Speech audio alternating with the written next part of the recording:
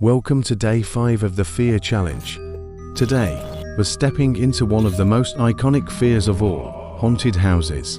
The creaking floors, the cold drafts, the unexplained sounds. In the middle of the night, haunted houses have been the setting of ghost stories for generations.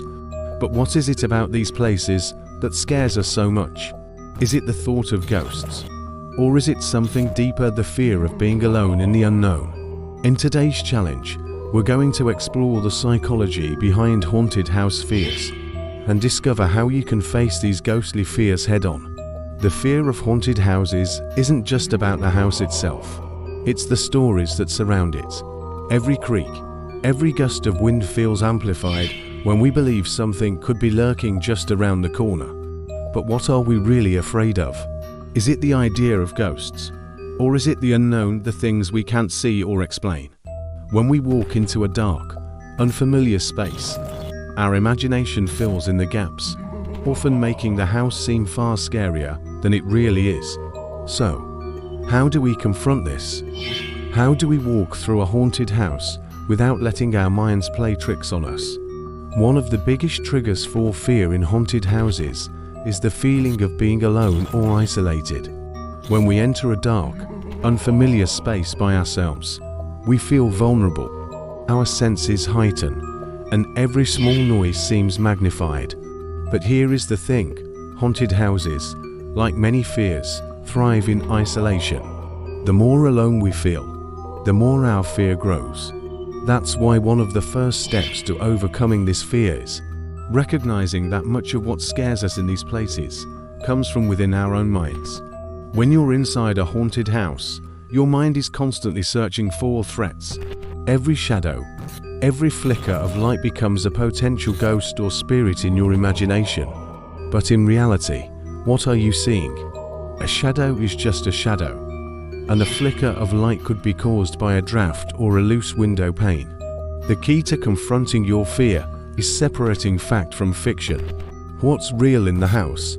What's just your mind creating stories? By grounding yourself in the present moment and focusing on what you can actually see, hear, and feel, you take power away from the unknown. Another powerful way to confront haunted house fears is through controlled breathing. When you feel scared, your body reacts physically. Your heart races, your breathing becomes shallow, and your muscles tense up. This response feeds into the fear, making it stronger. But by taking slow, deep breaths, you can calm your body and mind. Try this. If you're in a situation that feels scary, like being in a dark room, pause for a moment. Breathe in deeply through your nose, hold for a few seconds, and then slowly exhale. By calming your physical response, you help reduce the mental fear as well. Another technique to face your fear is to focus on the tangible, what you can physically touch, hear, or see. When you're in a haunted house, it's easy to get lost in your imagination. But if you focus on your surroundings, you start to ground yourself in reality. Feel the texture of the walls. Listen to the creaking floor beneath your feet. Smell the musty air. These are real, concrete things. They're not ghosts or spirits, they're just parts of the old house. By engaging your senses in the real world, you take control of the fear that thrives in the unknown. It's also important to remember that haunted houses are often symbols of deeper fears, fears of death, the unknown, and even our own past. When we step into a haunted house, we're not just confronting the idea of ghosts, we're confronting the things we fear most in life: loss, uncertainty, and things we can't control. By facing these fears in a haunted house setting, we give ourselves a chance to reflect on what truly scares us. What are you really afraid of? Is it the ghost, or is it something deeper inside you? Many haunted house fears are tied to superstition and the stories we've been told. We grow up hearing ghost stories, watching horror movies, and absorbing the idea that these places are dangerous. But what if we change the narrative? Instead of seeing haunted houses as places of fear, what if we saw them as historical spaces, filled with stories not of terror, but of the people who once lived there? Rewriting the story in our minds is one of the most effective ways to diminish fear. When you change the way you see the place, it changes the way you feel about it. So, here is today's challenge. Think about a place that has always scared you. Maybe it's an old house, a basement, or a dark attic. Take a small step toward confronting that fear.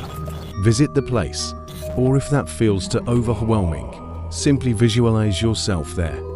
Focus on your breathing, your senses, and the reality of the space. Let go of the stories and superstition, and see it for what it really is, just a space, nothing more. The goal isn't to eliminate fear completely. It's to learn how to manage it, so that it no longer has control over you. Today, you've taken a step toward confronting the fear of haunted houses. You've learned that much of the fear we feel in these places comes from within, from our imagination, from the stories we tell ourselves. By grounding yourself in reality, you begin to take back control from those ghostly fears. Remember, fear thrives in the unknown, but when you shine a light on it, it often fades away. See you tomorrow for day 6 of the Fear Challenge.